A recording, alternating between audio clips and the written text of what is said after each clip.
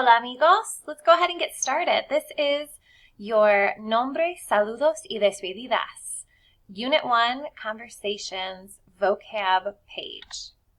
So first thing that you need to do, I mentioned this before in class earlier this week, but you need to either make a copy of the Unit 1 vocab notes page or print it out and have it with you, because what's going to happen is we're going to go through it and you need to fill it in. In order to make a copy of it, you need to first go into Schoology and open the notes page. It's going to be under the Unit 1, Unidad 1. It's going to be in this green folder, and then you're going to click on the Unidad 1 Vocabulario notes page. Once you open it, you're going to have to make a copy. You're going to click File and then make a copy, or you'll click File and scroll all the way to the bottom and hit Print. It's up to you. One thing I would definitely suggest is that you make a Spanish 1 folder. Let's see if I can move my screen a bit. Nope. All right, so I would suggest that you make a Spanish 1 folder so that you can have that in your Google Drive and add it to it. I would make a Spanish 1 folder, and then inside the Spanish 1 folder, make a Unit 1 folder so that you have 2 folders and everything is there. Once you have that, if you are typing on your page instead of printing it out, then you need to split your screen with your Chromebook. You're going to click the Alt and those 2 bracket buttons all at the same time, and then Control-N will open a new tab. I know it says here 1/2 is our meet. What I mean by that is 1/2 is this video and the other half is your Unit 1 vocab notes page. All right, so now we can go ahead and get started. Saludos and greetings. Oh, and let me just mention that while we're doing this, you can pause. This is a recording, so you can pause it as often as you need to, especially if I go kind of fast, which I am going to go fast because you have the capability of pausing. So, saludos or greetings. What I'd like you to do is, this is for you, this is good practice for you. Repeat after me. When I say these things, repeat after me and then write it down. Buenos dias, which means good day or good morning. Make sure you jot down both because it might come up on a quiz or something and I don't want you to feel like you got duped by, you knew it as good morning, but it's also good day. So make sure that you write down both. Buenas tardes, which means good afternoon. And again, pause as often as you need to so that you can get this filled in and that you practice saying these words. Later on, we're going to be having a summative assessment where you have to have a conversation with somebody. So it's going to be helpful if you practice saying this. Practice your pronunciation.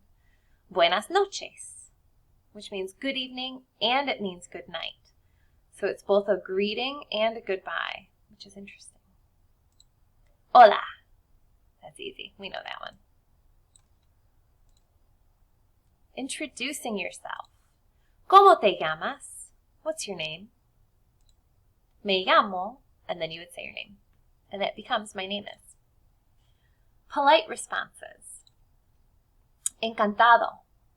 Or if you're a girl, encantada. So this O/A means that the ending can change. So if you're a boy, you would say encantado. If you're a girl, you would say encantada. So if you just met somebody, then you could say this to them. Delighted to meet you. Igualmente, which means me too or likewise. Mucho gusto. Nice to meet you. So títulos or titles of respect. Señor, and you can see the abbreviation, and it means Mr. Señora, and the abbreviation, and it means Mrs. Señorita, and the abbreviation, and it means Miss or Ms.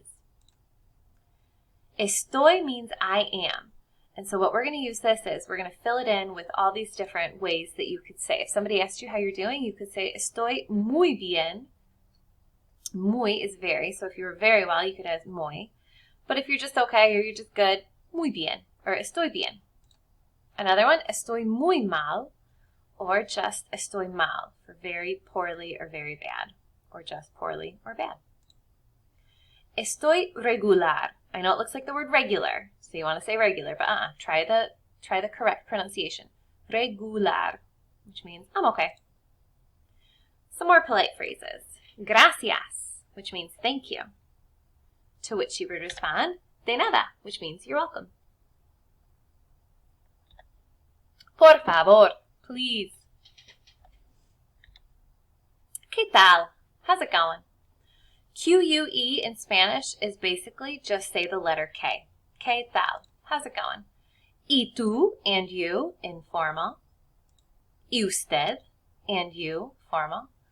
The Y is pronounced like the letter E, so y tú.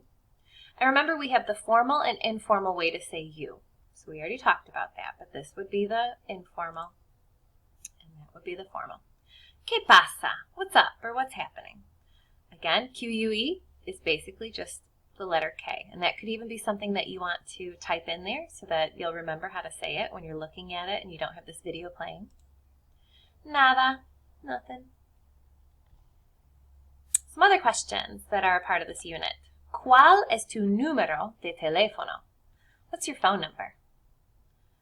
The accent marks, that's what this little wee little thingy is on top of these letters. That's an accent mark.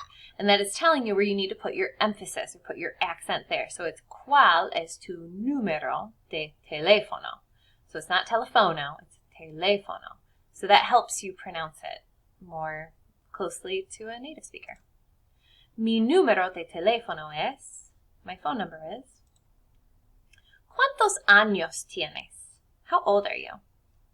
This N with the mustache makes a nyut noise, kind of like the Three Stooges did the nyut nyut nyut thing. So nyut, it's like an NY, años. And tengo blank años, I'm blank years old. If you were 2 years old, you would say tengo 2 años. Más preguntas. More questions. ¿Cuándo es tu cumpleaños? When is your birthday? And again, that makes a ñ noise. Mi cumpleaños es, and then whatever, my birthday is. ¿De dónde eres? Where are you from? Soy de, I'm from, for example, soy de Argentina. I'm from Argentina. Despedidas, farewells, ways to say goodbye. Adios. And again, the accent mark's on the O, so you know that you're going to say adios and not adios. Hasta luego, which is see you later. In Spain, people use this constantly anytime you're leaving a store or whatever, and that's what all the people will say to each other, but when they say it, it sounds nothing like what it looks like.